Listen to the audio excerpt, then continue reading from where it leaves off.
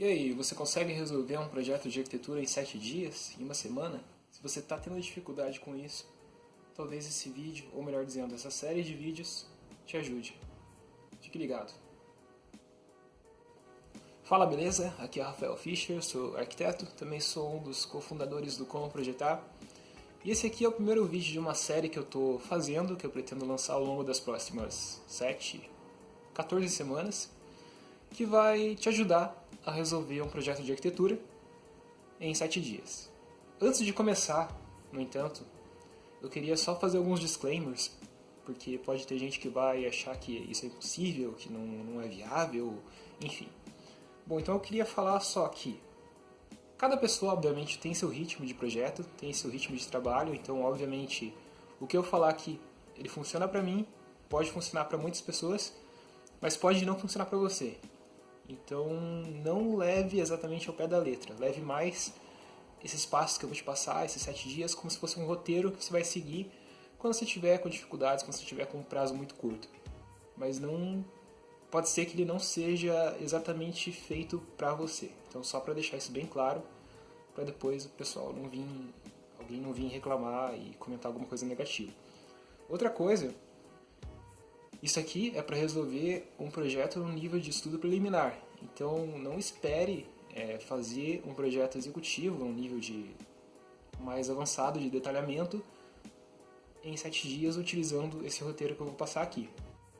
E finalmente, esse roteiro que eu estou passando aqui ele é bem pensado para você utilizar ele numa aula de projeto ou numa aula numa aula da faculdade de arquitetura. Então, dito isso, feito esse disclaimer, o vídeo de hoje eu vou falar sobre o primeiro dia no desenvolvimento de um projeto, que é a parte de levantamento de dados. Uma etapa tão importante e que às vezes a gente acaba deixando meio que de lado ou não fazendo da maneira mais inteligente, justamente porque ela acaba sendo uma parte meio burocrática, meio chata, não é tão legal, não é tão divertida quanto projetar propriamente dito.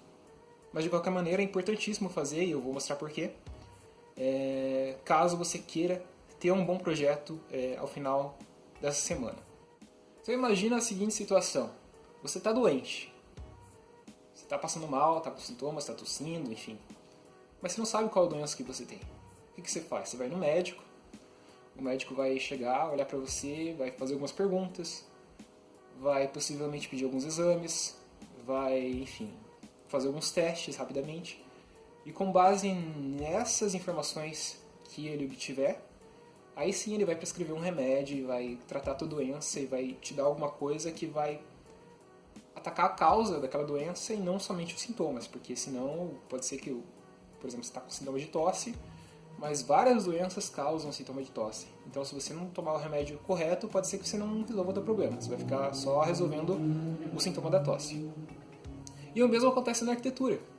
É fundamental, no começo do desenvolvimento de um projeto, que a gente faça essa pesquisa, que a gente busque essas informações iniciais a respeito de um projeto, para que a gente consiga definir, primeiramente, quais são os principais problemas de projeto que a gente tem que resolver no projeto, e também para que a gente consiga ter uma maior clareza de que caminho que a gente vai tomar ao longo do desenvolvimento do projeto. Porque senão fica tudo muito nebuloso, a gente não sabe o que a gente está resolvendo, quais são as potencialidades que a gente poderia explorar para aquele projeto, enfim.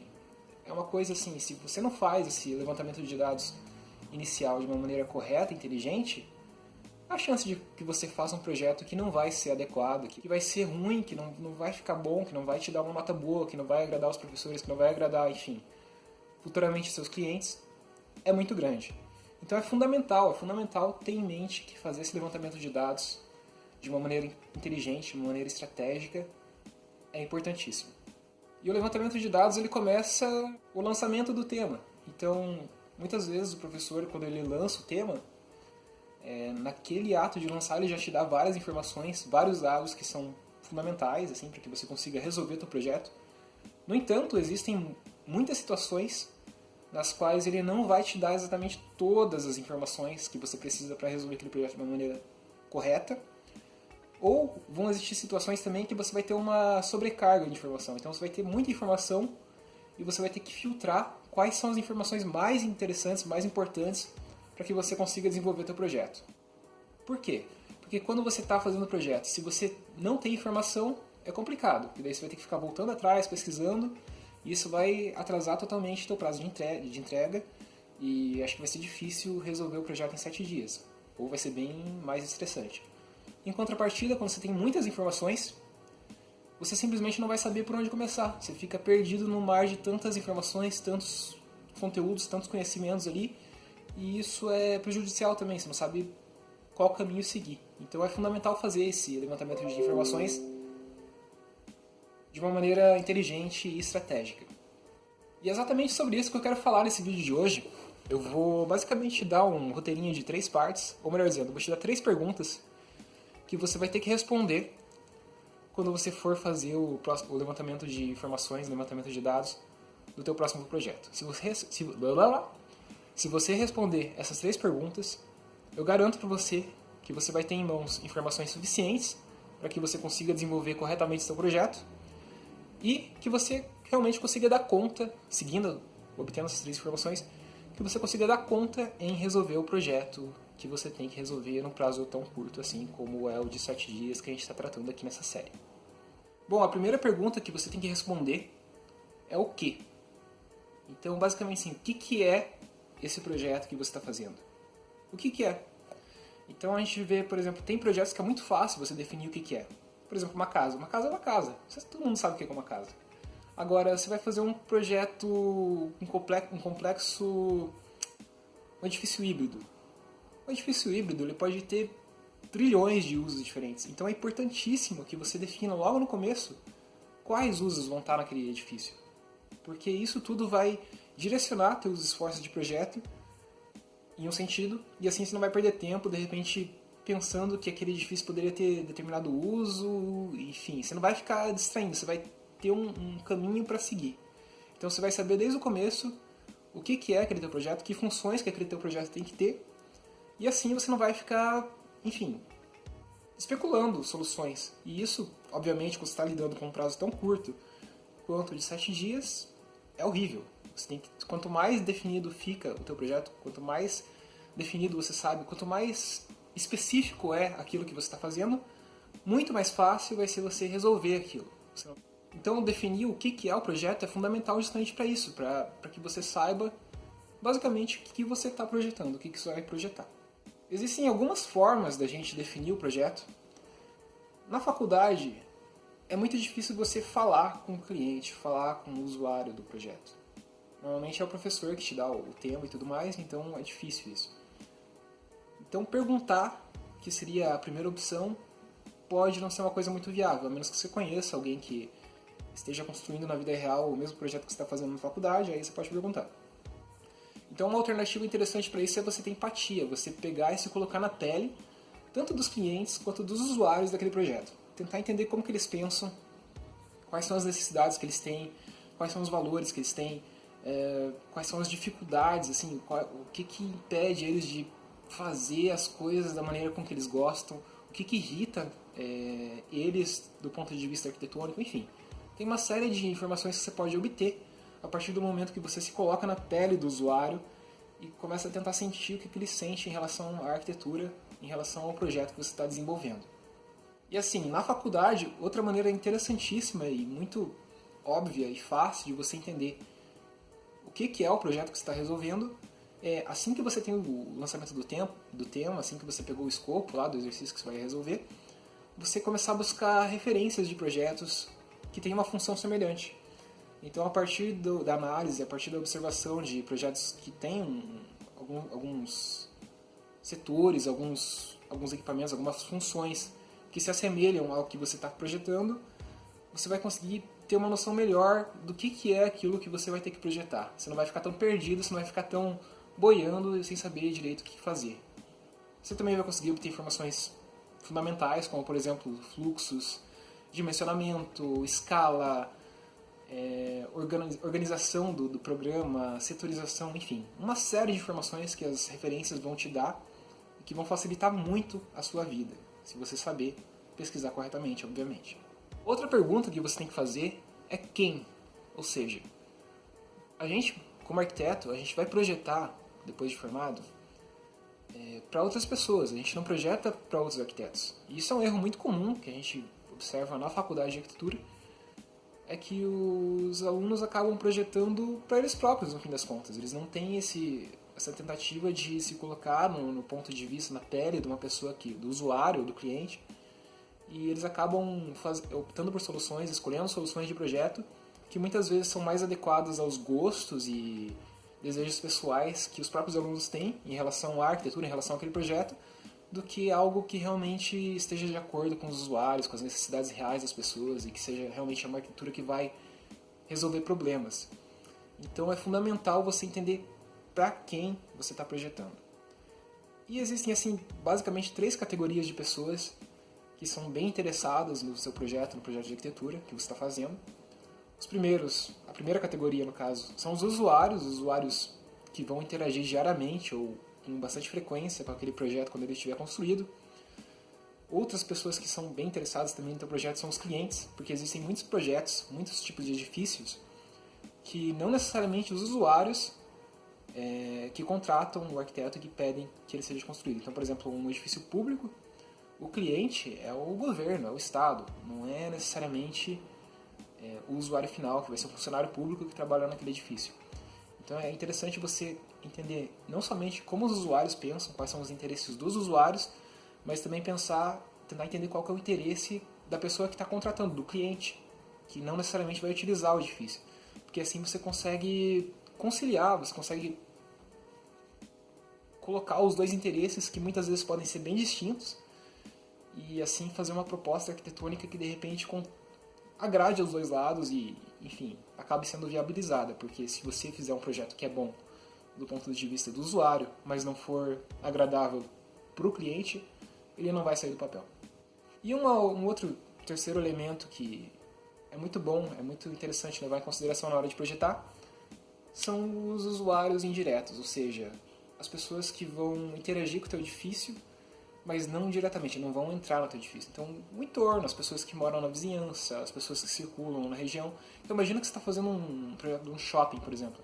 Você pode fazer o shopping extremamente adequado, totalmente adequado para os usuários, para os clientes e tudo mais. Ele pode ser perfeito do ponto de vista dos clientes e dos usuários, porém, ele pode também ser uma caixa hermética, fechada, monumental, que simplesmente vai tornar toda a vizinhança ali uma área inóspita, totalmente insegura, totalmente inadequada para a população. Então você está beneficiando 2 grupos de pessoas, no caso os usuários diretos e os clientes, mas você está prejudicando todo o entorno. E quando você prejudica o entorno, obviamente você vai acabar prejudicando indiretamente o próprio shopping, né? Os próprios usuários que frequentam lá, porque eles vão se sentir inseguros simplesmente no ato de chegar no shopping. Eles vão passar por um tecido urbano muito hostil. E a terceira pergunta e última que você tem que responder na hora que você está fazendo o levantamento de dados é onde? Qual que é o contexto desse teu projeto? Você tem que obter essas informações básicas. Então, obviamente, o contexto físico é importantíssimo, você saber qual que é o terreno, qual que é o relevo do terreno, quais são os limites desse terreno, quais são os acidentes naturais, topografia, enfim, uma série de obstáculos, acessos, a rua de acesso, a orientação solar, ventos predominantes, tudo isso é evidentemente importantíssimo que você pesquise nessa fase de levantamento de dados, o entorno também. Porém, existem outros contextos que também são extremamente importantes de serem pesquisados logo no começo.